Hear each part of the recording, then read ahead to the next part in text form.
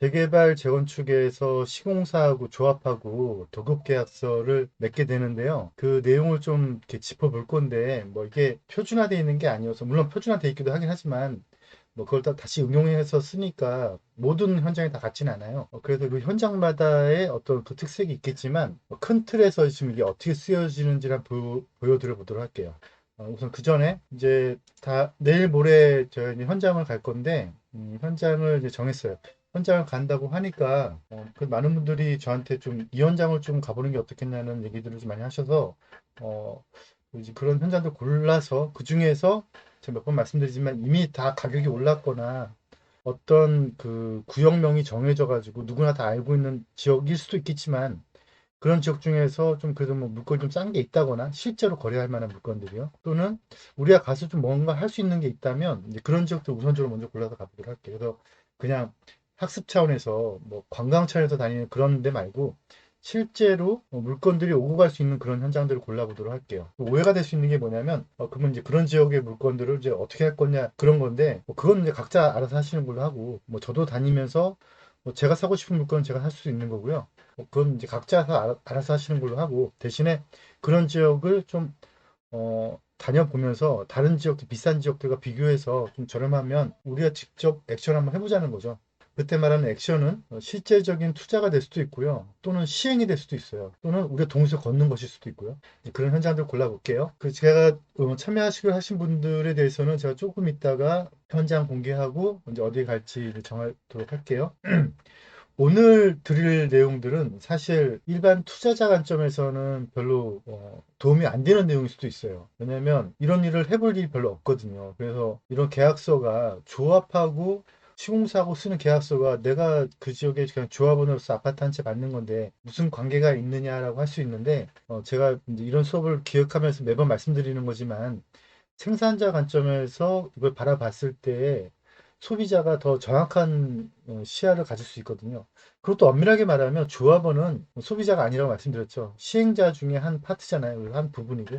그래서 조합원의 입장이 된다는 뜻은 조합의 한 그 구성원이니까 조합을 감시할 때 조합이 시공사와 어떤 계약서를 맺게 되어 있는지를 좀 볼 필요가 있겠죠. 그래서 상당히 중요한 의미가 있고요. 이걸 제가 무수히 많이 강조를 해도 그래도 이런 계약서조차 있는지도 모르고 시공사랑 조합하고 어떤 계약이 있는지 모르는 사람들이 더 부지기수예요. 그런다고 하더라도 혹시라도 우리 안에 있는 분들 중에서 실제로 조합의 임원이 될 수도 있고요. 그리고 조합과 시공사의 어떤 그런 내용들을 좀 더 깊게 알게 되면 이게 좀 축소시키면 나중에 뭐 집을 하나 지어볼 수도 있잖아요. 그때 건설사하고 계약서를 쓰는 이제 그런 기초적인 내용이 될 수도 있겠죠. 그래서 의미가 없다고 볼 수는 없고요. 그런데 이제 저의 수업 듣는 분들 말고 뭐 그냥 일반적으로 이제 재개발 투자를 원하시는 분들은 뭐 이런 수업까지 들어야 돼 하는 내용도 있을 수 있어요. 그래서 좀 멀리 보이는 듯한 내용들이 많지만 하지만 그래도 중요하니까 좀 보도록 할게요. 제가 지금 보여드릴 계약서는 실제 계약서고요. 동대문구에 있는 모 구역의 계약서를 제가 가지고 와서 읽어드리는 건데, 물론 좀 시간이 지난 계약서이기 때문에 이제 새롭게 바뀐 내용도 좀 첨가시킬 필요가 있고요. 또 새롭게 또 어떤 내용들이 첨가가 되어 가는지도 좀 알려면 과거에는 어떤 계약서가 써져 있는지도 볼 필요가 있을 것 같아요. 그래서 이제 이 계약서에 결국은 조합이 갑이 되는 거고요. 그리고 조화과 이제 시공사 의리되는 갑을이 계약서 쓰는 이 주체가 되는 건데요. 결국 계약의 목적은 뭐 당연히 공사겠죠. 그런데 뭐 이제 그런 얘기 흔히 하시잖아요. 뭐 빌라 한 채를 짓거나 집 한 채를 짓고 나면은 폭삭 늦는다고. 이제 그런 이유가 계약이 잘못되게 되어서 시공사한테 당하는 경우가 많기 때문에 그러거든요. 그래서 계약의 목적과 그 권리와 의무의 범위를 정확하게 짚어야 돼요. 조금 이따 보여드릴 계약서가 상당히 잘못되어 있는 계약서인데 상당히 잘못되어 있는 이 계약서가 대한민국 역사상 엄청나게 많은 재개발 지역, 재건축 지역에서 쓰여지고 있어요, 사실상. 근데 그게 이유가 뭐냐면 이 갑이 조합이고요. 조합은 조합원을 대표하는데 조합원들 스스로가 이제 이런 것들 잘 모르다 보니까 조합원들의 권리를 잘 못 찾는 경우가 많아요. 그러다 보니까 이제 갑과 을이 짜고 또는 갑과 을이 서로 그냥 이해관계가 맞아서 이제 이런 것들을 좀 애매하게 정하는 경우가 많다는 거죠. 그래서 권리가 조합원들한테 있음에도 불구하고 조합원들 없는 권리계약서 써져 있는 경우도 많아요. 그리고 이제 결국은 이제 집을 짓겠다라고 하는 공사계약이니까 그 공사계약을 통해서 내 권리를 찾고 상대방한테 의무를 부과하고, 또는 다시 또 거꾸로 시공사는 본인들의 의무를 다하면서 권리를 찾고 또 다시 또 우리한테 의무를 부과시키고, 그럼 결국은 이제 조합은 조합원들한테 돈을 걷어서 또는 조합원들의 수익금을 가지고 그 의무를 돈으로 지급하게 될 거고요. 이제 시공사는 그 돈을 받아서 이제 돈을 받을 권리가 생기면서 의무를 집을 짓는 뭐 그런 게 결국 계약의 주체 계약의 목적이 되겠죠. 그러는 과정에서 비용이 발생을 하게 될 거고, 이제 그 비용은 어떻게 지급해 나가야 될 것이냐를 이제 또 정해야겠죠. 당연히 공사 계약은 공사의 기성률에 맞게 돈이 지급해 나가야 돼요. 그런데 제가 좀 이따 보여드릴 테지만 대부분 재개발 재건축 지역의 그 공사비는 기성률에 맞게 지급되지 않도록 계약서 써져 있어요. 그 이유는 또 뭐냐면 아까 말씀드렸던 조합원들 그걸 잘 모르다 보니까 기성 조건을 잘 안 따지고 그냥 돈이 지급되는 사례가 많다는 거고, 그게 거의 관례화되어 있어요. 그런 것도 좀 보여드려 보도록 할게요. 이런 공사 도급 계약서를 제가 쭉 보여드릴 건데, 사실 이 내용 안에는 수익금의 처리 항목은 사실 없는 게 맞아요. 왜냐하면 수익금은 사업의 주체인 갑이 그냥 내가 사업 시행자니까 그 수익금을 처리하면 되겠죠. 그런데 이 사업을 시작할 때에 돈이 없어서 비용을 을한테 차입해서 쓰는 경우가 많거든요. 그러다 보니까 그 차입금에 대해서 그 대여금 항목으로 들어가고, 그 대여금을 어떻게 처리할 거냐를 놓고, 그게 결국은 수익금 가지고 대여금을 갚아야 되니까 이 수익금의 처리에 대해서 이 공사 도급 계약서 안에 넣는 좀 이상한 모양새가 좀 주어져 있어요. 그래서 그게 재개발 재건축에서 좀 특이한 현상인데, 왜 시행자가 내 돈을, 내 권리를, 내 수익금을 처리하는 거를 왜 시공사가 관여를 해라고 할 수가 있는데, 그 내용 안에 갑이 돈이 없다 보니, 사업을 시행할 돈이 없다 보니 돈을 애초에 좀 빌려오는 상태에서 그 돈을 갚아야 되는 일이 생기기 때문에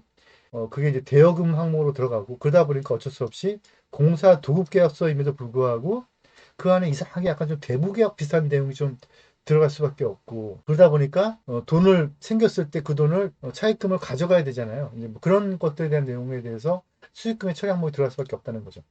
그 다음에 또 하나가 갑은 조합원들로 구성되어 있는 조합이잖아요. 조합원들이 조합을 구성하는 거니까 결국은 그 조합과 조합원들은 서로 간의 의결 구조에 의해서 이 조합이 대표권을 행사하고 대표 권한을 갖고 그 권한의 범위 내에서 조합원을 대표하는 이런 구조를 갖고 있는데, 이 조합이 시공사와 계약을 맺는 과정에서 조합원들의 의결을 거치지 않아서 월권을 한다거나, 또는 조합원의 의결을 거치는 중에 조합원의 권리가 너무 과하게 주장하면서 시공사가 피해를 보는 그런 일들이 벌어질 수 있는 거죠. 그러다 보니까 시공사가 이 재개발 재건축 같은 경우는 도급계약서 안에 특이하게도 조합원의 의결 구조를 좀 관여하는 내용들이 좀 들어가 있는 경우가 좀 보여져요. 이것도 사실 공사 도급계약서에 들어갈 내용은 아닌데, 희한하게 그런 내용들이 있다는 거죠. 그런 내용도 좀 미리 알고 좀 보자는 거예요. 결국은 이제 우리는 시공과 시행자를 놓고, 시행은 조합이고요. 이 조합은 또 대표성의 권한을 조합원들의 의결, 정관이나 총회 의결을 통해서 조합이라고 하는 대표성의 대표가 되는 거죠. 뭐 제가 예전에 저희 그 세미나 할 때 어떤 일이 있었냐면, 예전 얘기예요. 한 15년 전 얘기인데, 저는 이제 어떤 세미나를 할 때 어떤 지역이 좋다는 얘기는 많이 말씀을 드려도 어떤 지역이 나쁘다는 얘기를 잘 안 하는 편이거든요. 그러니까 어떤 분이 A 지역이 좋아요, B 지역이 좋아요라고 이렇게 저한테 물어보면 A 지역이 좋습니다라고 얘기를 하지 B 지역이 나쁩니다라고 굳이 얘기를 안 하는 편인데, 근데 저희 그때 당시에 저희 세미나 할 때 저희 세미나 패널로 참여했던 저희 본부장 중에 한 분이 어떤 지역을 막 되게 욕하는 내용을 썼어요.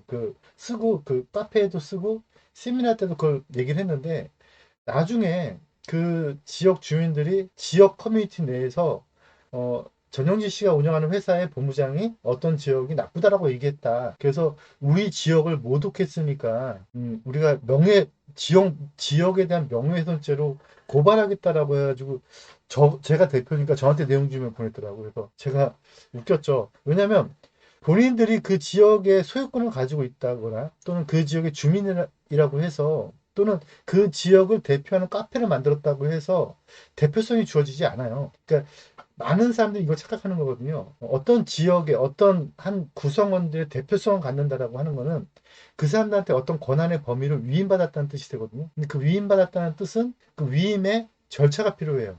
그 절차에 대한 확인도 필요하고요.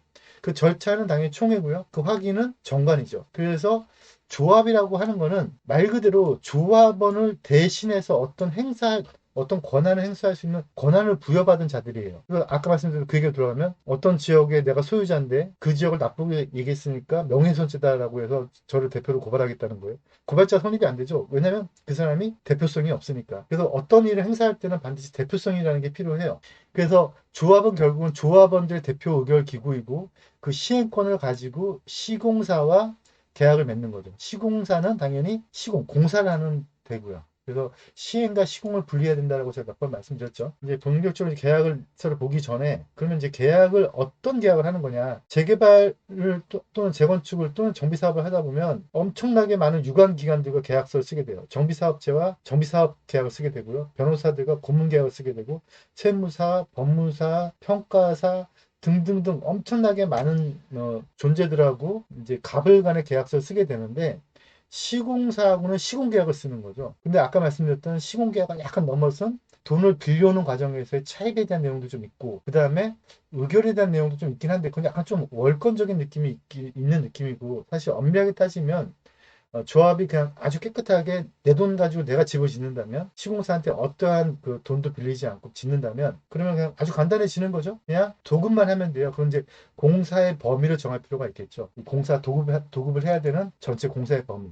그때 이제 공사가 이런 아파트를 짓기도 하겠지만 말고도 기부 체납해야 될 공공청사를 짓거나 또는 도로나 공원 이걸 다시 깨부시고 다시 짓기도 하거든요. 그래서 이제 재건축 같은 경우는 이제 이런 것도 별로 없지만 재개발 같은 경우는 이제 전면 철거 방식이니까 이제 이런 것들이 구역 내에 있었던 것들이 위치가 변경되거나 뭐 초등학교가 위치가 바뀌거나 아니면은 동사무소, 주민센터나 경찰서 이런 것들의 위치가 바뀌기도 하고요.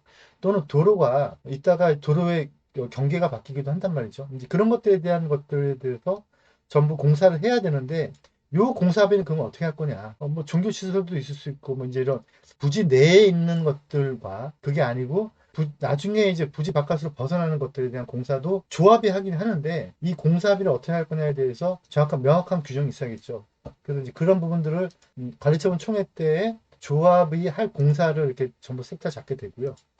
이제 그런 다음에 이제 아파트를 비롯한 이제 우리 조합원들의 권리로 기속되는 부분들 이런 것들에 대한 공사가 뭐 연면적이나 이제 이런 것들이 잡히게 돼요. 근데 우리는 사실 건축 설계를 배우는 항목이 아니고 우리는 그런 거를 추구하는 쪽의 공부는 아니고 우리는 이제 그런 또 수업이 되게 좋으신 분들 많더라고요. 근데 우리는 그게 아니고 그냥 재테크를 어떻게 하면 잘할 것이냐, 재개발을 어떻게 하면 잘 이해할 거냐, 또는 좀 한 발짝 나가면 뭐 제 수업을 들으시는 분 중에서 지금 조합장도 계시고 임원도 계시니까요. 이제 그런 분들 같은 경우는 어떻게 조합 운영을 잘할 거냐 뭐 이런 개념이니까 이제 유관업체를 잘 써야 될 거냐 뭐 그런 개념이잖아요. 그래서 너무 깊게는 들어갈 수도 없고요. 제가 또 그 정도 지식을 가지고 있지도 않아요. 제가 막 이 건축 설계를 다 공부해 본 적이 없거든요. 그래서 그쪽은 다른 파트라고 보더라도 그래도 이제 전반적인 큰 느낌을 알아야겠죠. 큰 느낌을 알아야 되는데 공사비가 이제 이런 전체 평수가 다 잡히는 게 아니죠.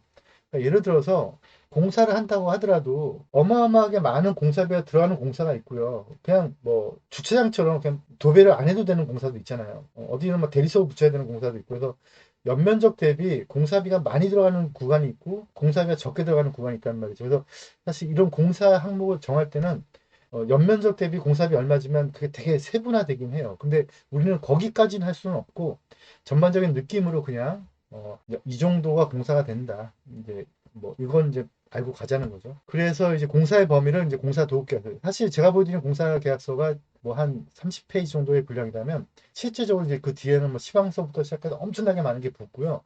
정말 뭐 파이프의 두께라든가 뭐 벽지의 아주 디테일한 것까지 뭐 지금 현재 가격 조건 뭐 수전에 뭐 그런 어떤 모양 색깔이 다 붙어요. 적어도 이제 이 제품이 없을 때는 다른 제품을 뭘 한다든가 이 급이 다 붙는데 우리는 이제 그 정도까지는 아니고 이제 큰 틀의 공사 계약서를 보는 거예요.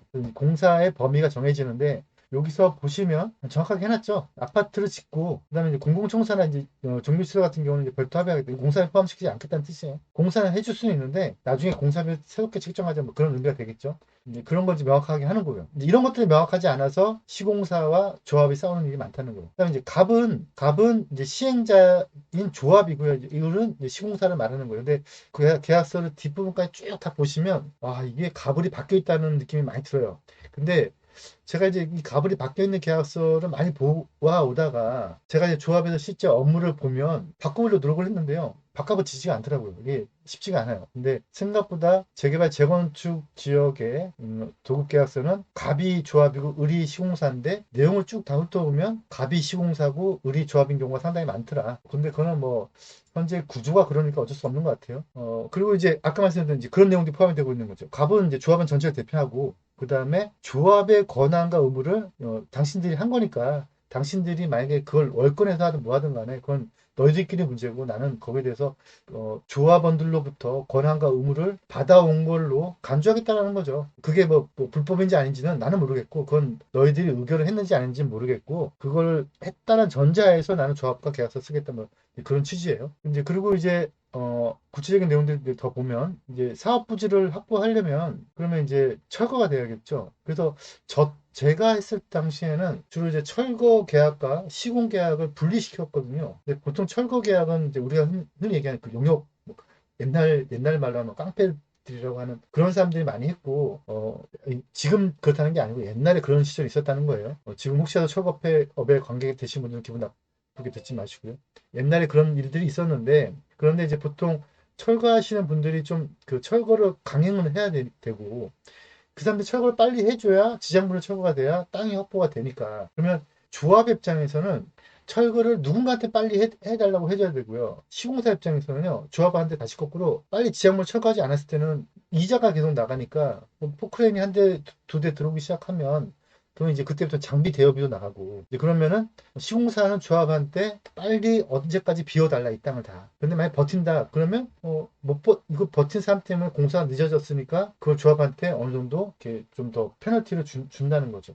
근데 거기에 대한 반대급부로 해지로 조합은 철거업체한테 또 거꾸로 이렇게 많이 계약서를 썼었어요. 저희 때는 어떻게 했냐면 제가 왜 자꾸 저희 때라고 얘기하냐면 이게 나중에 엄청나게 많은 부작용이 생기니까 이걸 이제 관에서 좀 금지시키고 있는 추세인 것 같아요. 저희 때는 어떻게 했냐면 제가 저희 때 아니고 자꾸 너무 옛날 사람 같은데 옛날 95년도부터 2010년도까지 얘기하는 거예요. 그때는 어떻게 했냐면 철거업체 분이 철거를 할 때 6개월 안에 철거 다 하면 철거비가 얼마. 근데 늦어지면 늦을수록 계속 비용을 줄이는 거죠. 그래서 철거업체 입장에서는 되도록이면 빨리 철거해야 돈을 빨리 가져가고 많이 가져갈 수 있게끔 그런 구조를 짰다는 거예요.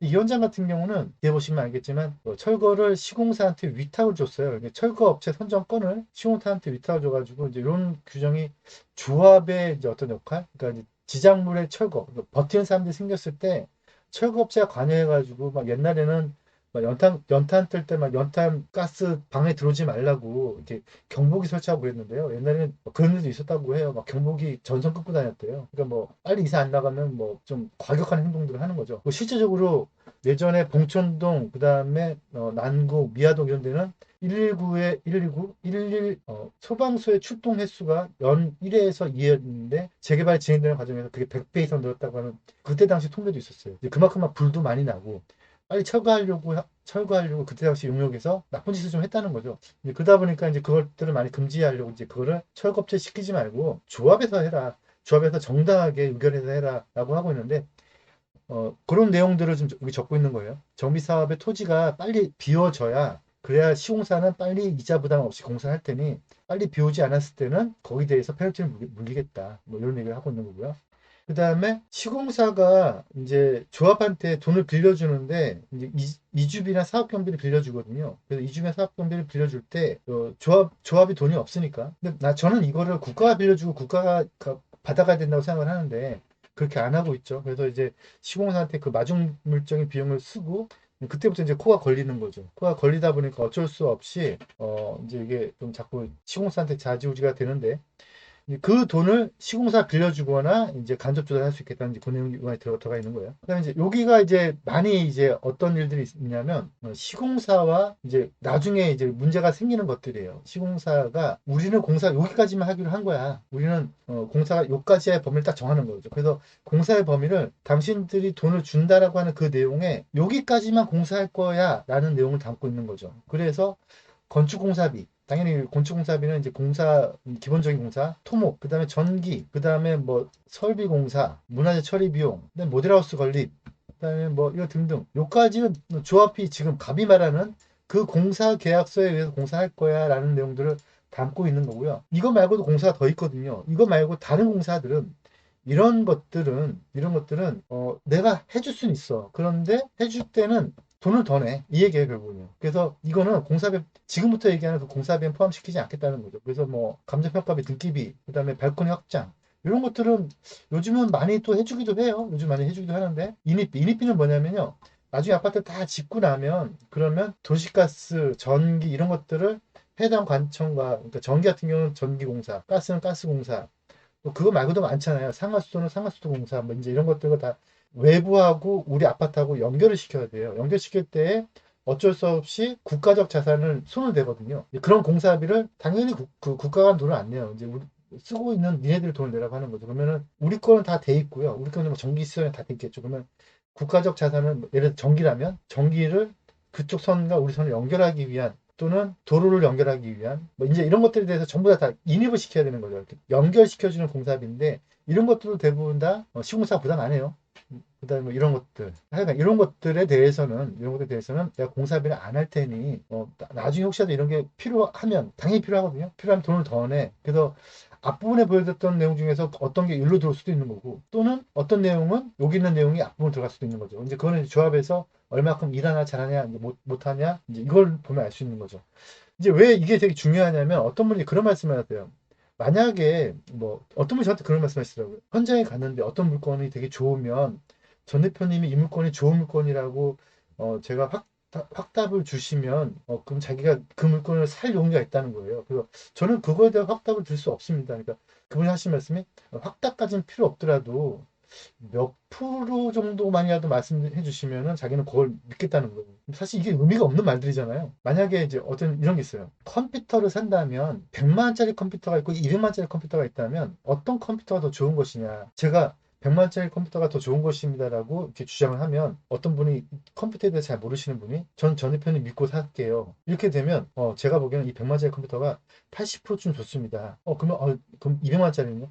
200만짜리는 좀 좋긴 하지만 제 느낌에는 한 40%밖에 안 좋습니다. 이런 말도 안 되는 그 숫자들이 있을 수 있다는 거죠. 그러니까 당연하게 뭐가 좋다 나쁘다에 대한 내용에는 아주 구체적인 그 안에 사양이 들어가야 된다는 거예요. 그 컴퓨터를 본다면 100만짜리가 200만짜리보다 램이 몇 기가고 또는 그 안에 CPU가 뭐고 모니터가 해상도가 어떻고 뭐 이런 거 봐야 된다는 거죠. 그래서 집을 지을 때도 마찬가지고 어떤 분이 그러시더라고요. 어떤 사람은 공사비를 평당 600 해주기로 했는데 저 사람 700 해주기로 했대요. 비싸대요. 이게 말이 되는 얘기인가요? 이게 말이 안 되는 얘기죠. 700 해줄 때는 그 안에 들어가 있는 게 뭔지를 봐야 된다는 거죠. 그래서 많이 당하는 게 어떤 사람이 700 해주겠다고 했는데 어떤 사람이 450에 해주겠다고 하니까 더 대뜸 거기랑 계약서 쓰는 거죠. 근데 거기를 봤더니 다 직접 공사비가 들어가 있고 나머지 별도 뭐 전부 다 별도 공사비가 들어가 있으면 결국은 450보다 더 많은 돈을 훨씬 낼 수밖에 없다는 거예요. 그래서 이런 내용들이 중요하다는 거죠. 공사비의 범위에 어떤 내용이 들어갔는지가 잡혀야 된다는 거죠. 그래서 실제로 많이 봐요. 빌라 짓는 사람들이 이제 내가 내 집을 갖기 위해서 집을 지었는데 집을 딱 짓고 나서 딱 봤더니 공사업자는 돈 달래요. 다 지었다고. 근데 들어갔더니 막 철근 다 삐죽삐죽 나와 있고 도배장판도 안 돼 있어요. 근데 그 사람이 하는 말이 뭐냐면 여기까지가 제공사입니다. 이렇게 주장을 하는 거죠. 그러면은 다 하는 거잖아요. 그래서 마감이 어디까지가 공사비에 포함이 돼 있고 어디까지는 포함이 안 돼 있고를 꼼꼼하게 따져야 돼요. 이거는 사실 전문가의 영역이긴 한데 그래도 이제 이런 내용들이 있다는 거 알아야 나중에 좀 더 꼼꼼하게 보겠죠. 그다음에 앞에 부분들 그런 것들 다 해서 공사비 정했다는 거예요. 그런데 이것 갖고 안 된다는 거죠. 왜 안 된다는 거죠? 아파트 부분은 연면적이 들어가지만 공사비가 내장도 들어가고 도배장판도 들어가고 뭐 엑셀도 들어가고 뭐 이런 게 많이 들어갔대. 전기 시설도 들어가고. 그런데 지하 주차장 같은 경우는 그런 게 많이 안 들어갈 거고요. 복도도 많이 안 들어갈 거고. 뭐 같은 건물이지만 어떤 부분은 마감 자재가 되게 디테일하게 들어가서 비용이 높을 거고 하니까 이렇게 평당 이렇게 정하는 게 사실 의미는 없어요. 그래서 실제적으로 공사비 정할 때는 다 구체적으로 정한다는 거예요. 근데 이제 그렇게까지 정하는 거는 뒷부분에서 아주 디테일하게 몇 건의 책으로 정하게 되고요. 조합원들한테 보여주는 건 보통 이것만 보여주죠. 얼마를 정했다. 그러고 나서 이제 일반 분양을 할 때는 공사비가 만약에 뭐 더 든다. 그러면 뭐 갑자기 공사를 하고 났는데 갑자기 뭐 분위기가 뭐 이제 뭐 이태리 대리석을 좀 넣어줘야 분양이 잘 되는 그런 느낌이 오는 거죠. 그러면 시공사 입장에서는 이태리에서 돌을 사오면 공사비가 추가되는 거죠. 그때 와서는 뭐 추가 옵션에 대해서 돈을 더 내라 이제 이런 내용들이 들어가 있는 거예요. 그리고 이제 착공 지연에 따라서 아까 말씀드린 착공 지연에 따라서 조합원들한테 부담을 해라. 그러니까 착공 지연은요 사실 2주 완료가 안 돼서 되는 경우랑 관리처분 인가나 이제 이런 것들에 대해서. 근데 사실 이렇게 보면 관리처분 인가나 조합원 분양 시청이나 이런 것들은 철거되기 전이거든요. 2주 되기 전인데 이런 것들도 왜 넣냐면 공사 도급 계약서긴 하지만 이미 이전부터 돈을 빌려주고 있었거든요. 근데 그 돈을 빌려주고 나서 이자를 받아가는데 자꾸 늦어지니까 이자 받아가는 이자를 받겠다라고 하면 시공사가 아니고 대부업체가 되는 거잖아요. 그러니까 이거를 공사비로 넣는 거예요. 그래서 공사의 착공 지원에 이것도 말이 많죠. 야, 너희들이 도대체 대부업체냐, 공사업체냐, 관리 처분 계획 인가가 늦어지는 건 아직 공사 시작도 안 했는데 왜 이게 착공 지연이냐. 거기에 따른 비용을 받아가겠다는 거는 앞전에 빌려준 돈들에 대한 이자를 받아가겠다는 거니까 이게 약간 좀 대법의 성격이 있는 거죠. 논란이 많았어요, 옛날에요. 이제 시공보증은요, 시공보증은 당연히 의리 시공보증 수수료를 끊어서 이제 책준이라고 하는 책임준공 확약을 쓰거든요. 그래서 이제 책임준공을 받으면서 이제 시공보증을 하게 되죠. 그리고 인허가 업무도 이제 갑이 주관하는데 의리 도와줄 수밖에 없어요. 그런데 의리 도와줄 뿐이고 이제 갑은 정비사업 전문 관리업체를 보통 쏘고 이제 일을 하게 되는 거죠. 2주 철거가 시작이 되면 이제 어떻게 해라. 보통 이제 10개월 안에 해달라. 그래서 지금 한남 뉴타운 같은 경우는 3구역이 지금 10월 말부터 이제 2주가 개시가 된대요. 10개월로 잡았는지 1년을 잡았는지 모르겠지만 제가 보기 거의 불가능해요, 그때. 근데 보통 다 10개월 잡아요. 10개월 잡으면 보통 한 10개월 내에 거의 한 7, 80%가 이상 가거든요. 마지막 이제 20% 남아서 버티게 하겠죠. 근데 이거가 이제 10개월 내에 잡은 이거가 2주 철거 기간 잡아놓고 그러지 않았을 때에 대해서는 이제 페널티를 주겠다는 뭐 그런 내용들이 있는 거죠. 이제 조합이 애초에 돈이 없어요. 돈이 없는데 사실 이게 한남 3구역 같은 경우는 사업 규모가 어마어마하게 크죠. 근데 이 사업비가 생각보다 그렇게 크지 않거든요. 조합 입장에서는. 물론 여기서 말하는 이런 돈들 이주비를 빌려준다.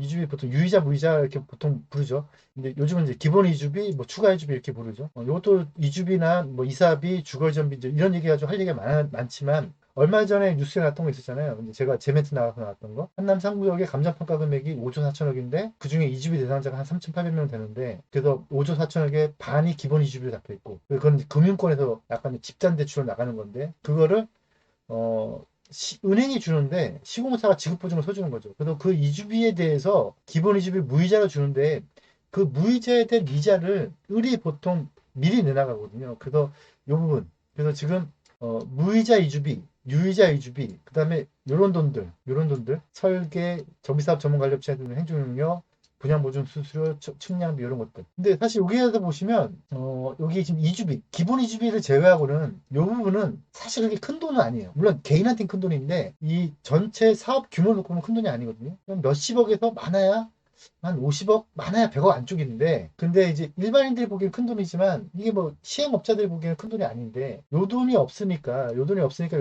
시공사한테 빌리는 거죠. 그래서 이제, 그 돈에 코를 끼는 거죠. 그래서 이제 시공사의 입김이 좌우가 되는 건데, 그게 좀 문제가 많다고 저는 보여지는 거죠. 이런 것들은 이제 돈을 빌려주긴 빌려주는데, 요국이랑 이제 이 부분은 빌려주긴 빌려주는데, 이 부분은, 노란색 부분은 시공사가 돈을 무이자로 빌려주겠다. 그리고 이 뒷부분은 내가 이자를 받을게 이제 이런 거예요. 그럼 이제 우리 이런 생각을 해볼 수 있죠. 시공사한테 설계업비 큰 돈 아닌데 몇십억 정도 돼요. 근데 빌렸어요. 행정업비 이것도 큰 돈 아닌데 빌렸어요.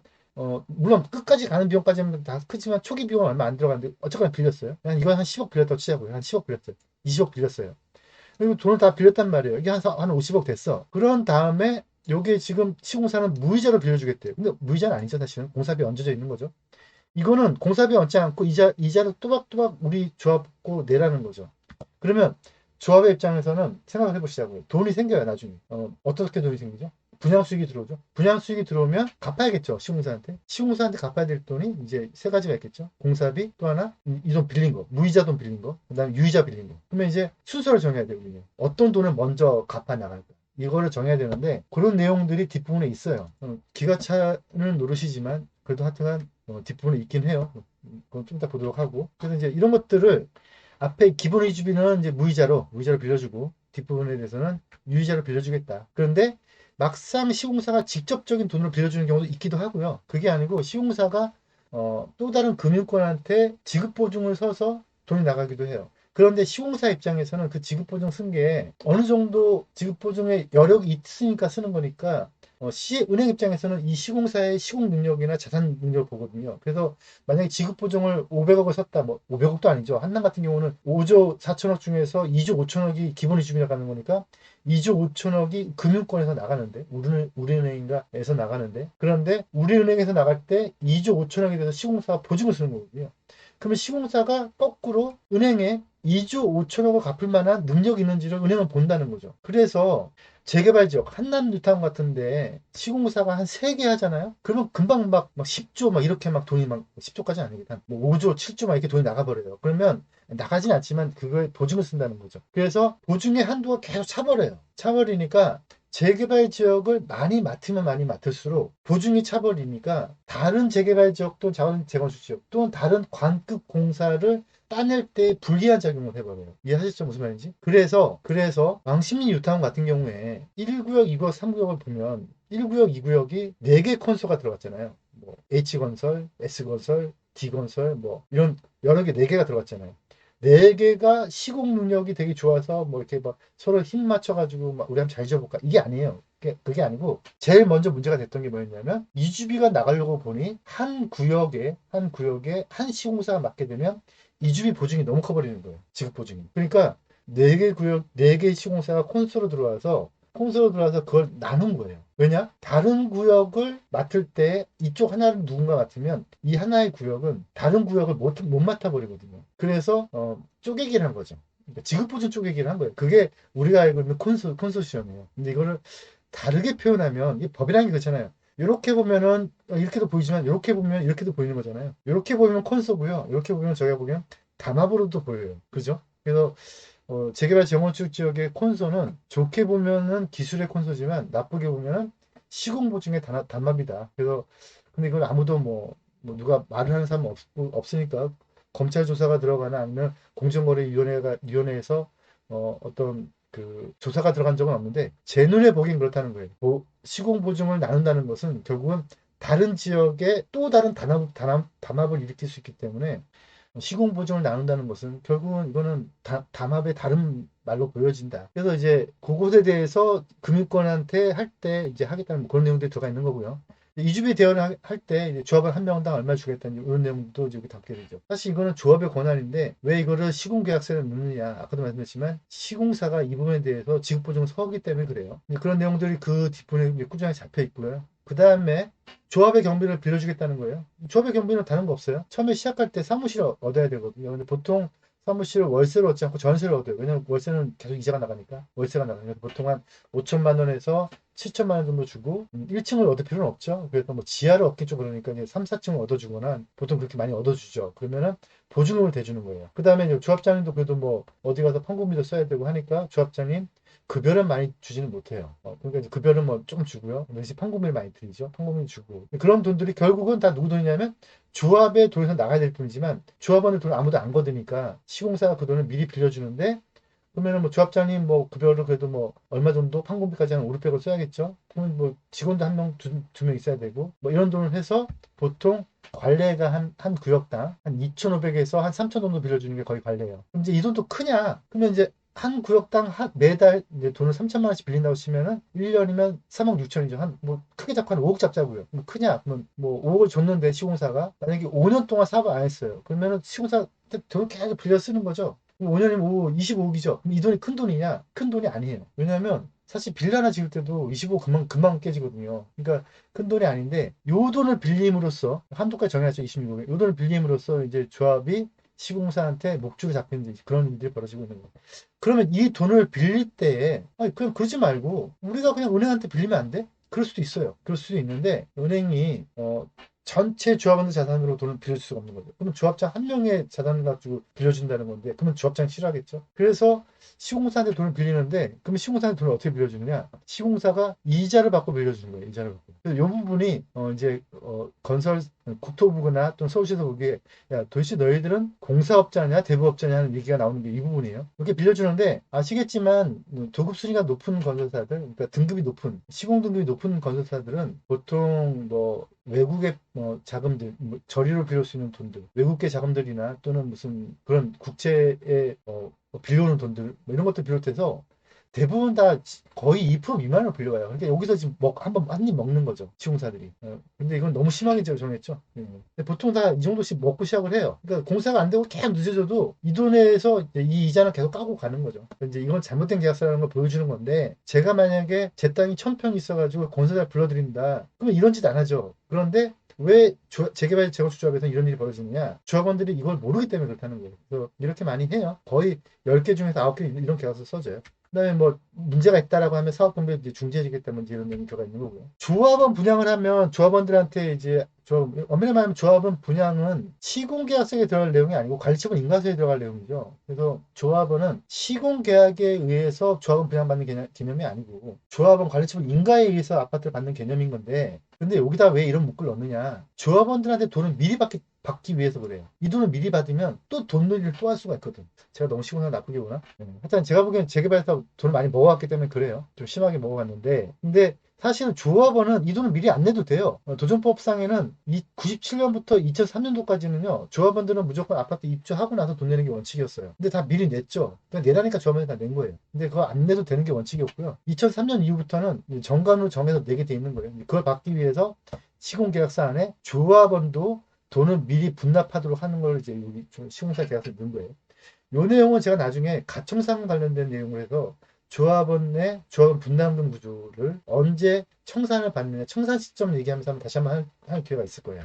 조합원도 이렇게 일반 분양자들처럼 이렇게 분납을 하는데 보통 이게 사실 시공계약서에 들어갈 내용이 아니잖아요. 근데 이제 보통 많이 넣어요. 근데 사실 이 부분은 조합과 조합원들이 정관으로 정할 내용이고요. 옛날 국법 2004년도 국법에서는 정관으로 정하지 못하고 그냥 조합원들은 무조건 입주 후에 낼 돈이 있던 받을 돈이 있던 다 입주 후에 정산하는 게 원칙이었는데 법은 그게 원칙이었지만 그걸 따르지 않고 다 조합마다 돈을 미리 걷었다는 거예요. 조합원들은 미리 내는 게 맞나 보다 하고 다 미리 냈었고 안 내도 됐었다는 거죠. 그랬다 이제 2003년부터 조합원들 돈을 좀 걷어야지 일이 될 수 있겠네라고 해서 걷는 방법으로 지금 오고 있는 거죠. 그걸 정관상에 정하고 있는데 여기는 대부분의 재개발 재건조합에서는 시공계약서 이걸 넣는다는 거죠. 그 다음에 이제 그걸 안 했을 때에 대한 연체이자에 대한 부분도 여기 안에 듣게 되고요. 그 다음에 이제 공사를 이제 어떻게 할 거냐 마감 기준을 요거는 이제 별첨 내용을 한다는데 이제 아주 그 시황서가 되게 깊숙이 들어가요. 그런 내용들까지는 제가 다루는 수업에서는 다루지 않을 건데요. 혹시 뭐 그런 내용까지 다루고 싶다고 하면 사실 건축 설계와 관련된 내용들에서 공부를 하셔야 될 것 같고요.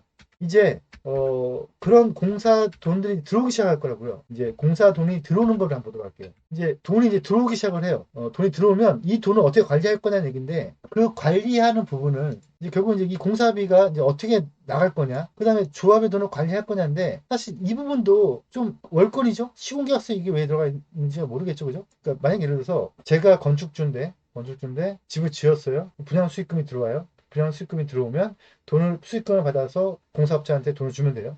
근데 공사업자가 야, 너희들 못 믿겠으니 네 통장을 나한테 잠깐 맡겨. 그러면 너가 분양할 때 통장을 네가 직접 관할하지 말고 나한테 맡기면 그럼 내가 그 통장에서 바로바로 공사비를 빼갈게. 이런 내용이 요 지금 자금관리 부분을 공사도급계약서에 넣겠다는 거죠. 근데 사실 이게 의미는 없지만 시공사 입장에서는 컨트롤하고 싶은 거예요. 그래서 이 자금관리 부분을 넣는 건데 조합이 사실 이걸 넣으면 안 돼요. 그런데 아까도 말씀드렸지만 제가 조합에서 일할 때도 빼지를 못하겠더라고요. 생각보다 이게 빼기 어려워요. 그래서 이제 공사비가 들어오는데 공사비가 들어오면 이게 지금 얼마큼 잘못되어 있는 계약서인지를 보여드릴게요. 그래서 돈이 들어와요. 돈이 들어오면 돈이 막 들어온다는 말이죠. 근데 사실 돈이 들어온다는 게 두 가지잖아요. 조합원 분양 수익금, 일반 분양 수익금. 사실 조합원 분양 수익금은 지금 안 들어와도 되는데 뭐 들어온다고 했잖아요. 아까 그러면 조합원 분양 수익금도 들어오고요. 바보같이 막 조합원들 돈을 내는 거죠. 내가 이 돈을 왜 내는지도 모르고. 일반 분양 수익금은 당연히 내야 되는 거고. 그럼 그 돈이 들어오면 이 돈이 쌓이는데 이 돈이 쌓이는 거를 어디에 쓸 거냐는 거죠. 쓸 때 공사비에 쓰는 거 당연하죠.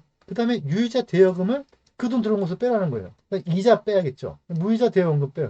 그래서 이 순서를 1순위 돈 들어오면 공사비를 빼라는 거예요. 2순위 유이자 대여금 빼라는 거죠. 3순위 무이자 대여금 빼라는 거죠. 그 다음에 기타 비용은 빼라는 거예요. 그러니까 돈이 지금 돈이 일반 분양을 딱 했더니 일반 분양 수익금이 막 계약금부터 들어오기 시작하는데 그 돈이 들어오는 게 5천억이 들어왔어요. 그럼 이 5천억 어디에 쓸 거야? 그 얘기예요. 그 얘기를 공사 도급 계약서에서 어디에 쓰자라고 정한다는 거죠. 그때 5천억이 들어왔으면 무슨 돈부터 달라고요? 내가 공사한 돈 있으니까 공사비부터 먼저 주라는 거예요. 5천억이면 공사비로 나가는데 다 안 나가도 되겠죠. 뭐 3천억이 나갈 수 있겠죠. 그러면 2천억이 남잖아요. 2천억을 또 이제 아까 돈 빌렸잖아요. 시공사한테 뭐 조합장 월급도 빌리고 빌렸잖아요. 그런 것 중에 이자가 나가는 돈 그거를 먼저 갚으라는 거죠. 그 다음에 이제 이자 안 나가는 돈 또 갚으라는 거예요. 요 순서를 하자는 거예요. 요까지는 말이 돼요. 말이 되는데 요게 말이 안 되죠. 여기 이 부분 어떻게 적혀져 있냐면 입금된 분양대금이 공사 기성액을 초과할 경우에도 전체 공사비에 닿을 때까지는 입금액 전액을 공사비 변제에 우선한다. 그러니까 5천억이 들어왔어요. 근데 공사 기성률이 10%밖에 안 돼. 그러니까 10%밖에 안 돼서 1,000억만 주면 돼. 근데 공사 전체는 1조야. 그러면 공사 기성률에 따라서는 1,000억밖에 안 주지만 너희들 돈 5천억 들어온 거가 아직 1조까지 못 미쳤기 때문에 이 공사비를 우선 다 땡겨달라 이 얘기예요. 상당히 위험한 계획이죠. 이거를 무슨 말인지 잘 모르신다면 그림으로 제가 그려서 설명을 드려볼게요. 돈이 결국은 대여금이 있고요. 수익금이 있어요.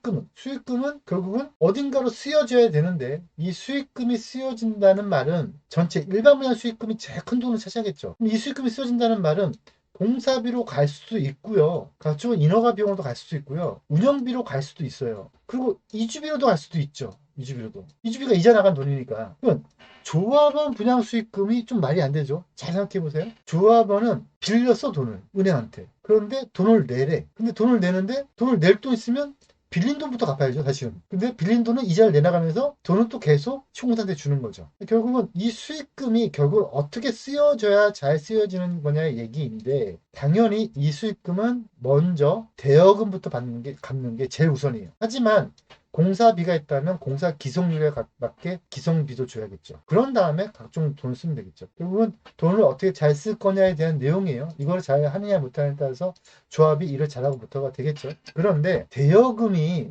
계속 필요하잖아요. 매달 돈이 필요하고 그럼 대여금을 다 빌린단 말이에요. 그럼 대여금은 계속 커진다고 이자까지 해서 계속 커지는데 분양 수익도 커진다고요. 분양 수익금이 커지면 이 분양 수익금을 어떻게 쓸 거냐? 제일 첫 번째 대여금을 갚으면 되죠. 그다음에 남은 돈은 공사비를 주면 되죠. 그죠? 그런데 아까 그 계약서의 내용은 어떻게 돼 있냐면 이렇게 돼 있어요. 그 공사 내용 말고요. 저의 주장부터 먼저 얘기할게요.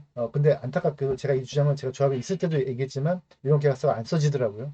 안 써지니까 어떻게 되냐면 안 하겠대요, 그냥. 그러니까 뭐 시공사 10군데 중에서 단 한 군데도 안 하겠대요. 수익금이 일반 분양 수익금, 조합 분양 수익금 100억이 들어왔어요. 그럼 100억이 들어왔으면 대여금이 있으면 100억 중에서 10억을 갚으면 되겠죠. 그럼 얼마 남아요? 10억을 갚으면은 90억이 남죠. 90억이 남는데 공사비 달래요. 그럼 공사비 달라고 하면 80억 주게 되면 또 10억이 또 남죠. 그럼 10억을 2월 시키면 돼요. 2월 시키고 그다음에 수익금이 들어오면은 110억이 되니까 120억의 돈이 들어오겠죠. 그러면 시공사에 돈을 안 빌려도 돼요. 그다음부터는요. 그러면 이제 비용을 이 돈 가지고 쓰고 한 10억 썼다고 쳐보자고요. 그럼 110은 남죠. 그러면 공사비를 주고 공사비를 준 돈 가지고 또 돈이 남잖아요. 20억 남잖아요. 그럼 20억 2월 시키면 돼요. 2월 시키고 또 수익금이 들어오면 그거 가지고 내가 경비 쓸 거 쓰고 시공사 주면 된다는 거죠. 그런데 이렇게 안 쓰여져 있고 어떻게 쓰여져 있냐면 이렇게 써져 있다는 거예요. 돈이 얼마가 들어오든 간에 이 돈이 이 기성률보다 전체 기성률이 이만큼인데 못 미치니까 이 돈 다 내놔. 이 돈 다 내놔. 이 돈 다 내놔. 그럼 우린 돈이 없는데 대여금이 없는데 사업 운영비가 없는데 그거 계속 빌려줄게. 이렇게 되는 거죠. 웃기죠. 말이 안 되죠. 근데 말씀드리지만 이렇게 재개발 재건축 지역의 재개발 도급계약서가 100군데 중에서 99.9%가 이렇게 쓰여져 있어요. 근데 이거는 좀 조합원들이 똑똑해야 되는데 조합원들이 똑똑한다고 안 되더라고요. 그래서 좀 말이 안 되게 써져 있다. 근데 말이 안 되게 써져 있지만 어쩔 수가 없다. 이것도 담합이라고 봐야 되는데 그래서 저는 이런 생각을 했었어요. 옛날에요. 어차피 전 세계 어느 나라나 시공사 브랜드 거는 나라는 없거든요. 시행자가 브랜드 거거든요. 트럼프가 아파트 지을 때 트럼프 이름 트럼프 월드라고 트럼프 타워라고 지었지 시공사 이름도 못 짓지 하지 못한 시공사 브랜드 거지 않거든요. 근데 우리나라만 희한하게 시공사 브랜드를 걸어요. 그게 넘어가서 이제 베트남 시공사 브랜드를 거는데 근데 뭐 전 세계 어느 나라나 시공사 브랜드 걸지 않거든요. 이제 제일 좋은 방법은 시공사는 시공만 하고 브랜드는 어떤 시행자가 걸고 그다음에 시행자의 돈을 이렇게 잘 관리하면 되는데 재개발 재건축은 특이한 어떤 구조상 그게 안 돼 있어서 좀 이상한 현실되어 있다. 근데 제가 이걸 보여드리는 이유는 이걸 깨부수자 이런 게 아니에요. 못 깨부셔요 지금 대한민국 현실상. 이런 구조가 있다는 걸 알고 있어라. 그러면 적어도 시공사하고 어떤 계약서를 쓸 때 다른 시공사가 어떻게 들어올 때 서로 뭐가 좋다 나쁘다를 비교 견적할 수가 있잖아요. 근데 조합원들은 비교 견적을 잘 못한다는 말이죠. 이제 그런 것들을 하기 위해서 제수가 필요한데 제가 처음 시작할 때 미리 말씀드렸지만 오늘 내용은 사실 투자하고는 크게 관계가 없을 수 있어요. 그래도 이제 어느 정도 시공사가 어떤 식의 작업을 하는지 조합원들한테 조합이 시공사와 어떻게 계약서가 맺어지는지 정도 알고 있어야 나중에 혹시라도 조합장이 되실 분이 있다면 알아야 될 것 같아요. 집어넣었어요. 그리고 자금 관리를 이제 보통 대부분 다 갑과 을이 공동 관리를 해요. 공동 명의로. 이거는 뭐 나쁘다고 볼 수는 없고요. 근데 이제 이 부분에 대해서 야 이것도 문제가 있고 저것도 문제가 있으니 제3자 아주 공정한 제3자가 알아서 해줄게. 이게 신탁이거든요. 근데 뭐 이거는 A 너도 못 믿고 너도 못 믿으니 또 다른 사람 믿자. 그럼 그 사람은 사람 아닌가요? 뭐 똑같은 사람이죠. 너도 못 믿고 너도 못 믿으니 저 사람은 믿자. 제3자니까 그럼 걔가 해먹는 건 또 어떻게 할 거냐 이런 문제 터지는 거죠. 그러니까 국가한테 맡기자 했더니 그럼 또 국가가 해먹을 수 있는 거죠. 그래서 사실 이게 저는 조합원들이 직접적으로 하는 게 맞다고 보는데, 앞으로의 추세는 신탁사로 넘어가는 게 추세인 것 같아요. 그래서 이제 대략적으로 공사 계약서를 봤는데, 이 공사 계약서를 보는 이유는 뭘까? 이거를 우리가 막 아주 구체적으로 알자는 뭐 그런 개념보다, 이렇게 조합원들과 시공사가 계약서가 쓰여 있고, 이 계약서는 조합원들한테 어떤 권리와 의무를 부과시킨다. 이런 내용을 보여드리려고 한 거고요. 이런 계약 내용이 뒷부분에 가면 본계약, 도급단가, 최종안가, 그 다음에 아주 구체적인 계획서가 더 첨부가 되게 돼 있어요. 그것도 다 열람을 시켜줘야 돼요. 조합원이 보여달라고 하면. 이제 그리고 아까 보여드렸던 이 현장 같은 경우는 철거를 시공사한테 이제 위임한 이제 그런 계약서의 형태로 계약이 써져 있어요. 근데 이거는 웬만하면 그렇게 잘 안 하는 편인데 요즘은 워낙에 철거업체들에 대한 부정적인 인식이 있다 보니까 조합이 철거업체 선정 과정에서 좀 나쁜 소리 들을 수 있으니 그냥 시공사 너희들이 알아서 해 이렇게 넘긴 것 같아요. 오늘 간략하게 시공 계약서에 대해서 살펴봤는데요. 나중에 언제 시간 된다면 정비사업 계약서도 보고 설계 계약서도 볼 시간이 있으면 좋겠는데, 근데 이제 저한테 수업을 들으시는 분들이 조합에 일하시는 분도 있지만 중개업을 하시는 분이거나 또는 사실상 투자를 원하시는 분들이 더 많아서 오늘 내용은 사실 좀 이렇게 생뚱맞은 내용일 수도 있어요. 그래도 제가 몇 번 말씀드리지만 이 어떤 우리가 이제 소비자의 관점이 아닌 공급자의 관점이 자꾸 되어봐야 소비자가 더 똑똑한 소비를 할 수 있다. 똑똑한 물건을 똑똑한 지역을 선택할 수 있다는 취지에서 이 시공계약서를 본 거니까 그런 취지에서 이해해 주시고요. 그 다음에 내일 모레 현장에서 보실 분들은 아, 이런 구역은 이렇게 짜져야 되는데 왜 이 구역, 이 현장에 빠졌지? 나중에 어떻게 될까? 아, 또는 권리 산정 기준이 약간 애매한데 지금은 이게 국가가 발표한 권리 산정 기준이 이렇지만 의결 구조나 이런 걸 봤을 때 여기는 되겠네. 이런 현장이 느낌상 올 수도 있잖아요. 아니면 또 구조상 올 수도 있고요. 또 하나는 여기는 개발이 어떤 형태가 됐든 간에 도시 개발이 됐든 가로정비 사업이 됐든 신속 기획이 됐든 뭐가 될 것 같은데 아직은 신청을 안 했네. 그러면 이거 우리 한번 신청 한번 해볼까? 그러면 신청하기 전에 우리끼리 먼저 사과를 지분 쪼개기 좀 한번 해봐. 뭐 이런 현장도 있을 수 있겠죠. 그런 현장들을 골라서 한번 가보는 시간을 갖도록 할게요. 다음 주는 추석 연휴니까 모두 다 추석 잘 보내시고요. 추석 연휴에는 수업이 없어요. 수업이 있는 것도 웃기겠죠. 추석 연휴 잘 보내고 현장에 오실 분들은 내일 모레 현장에서 뵙고요. 추석 연휴 잘 보내고 그 다음 주에 수업에서 뵙도록 하겠습니다. 예, 수고하셨습니다.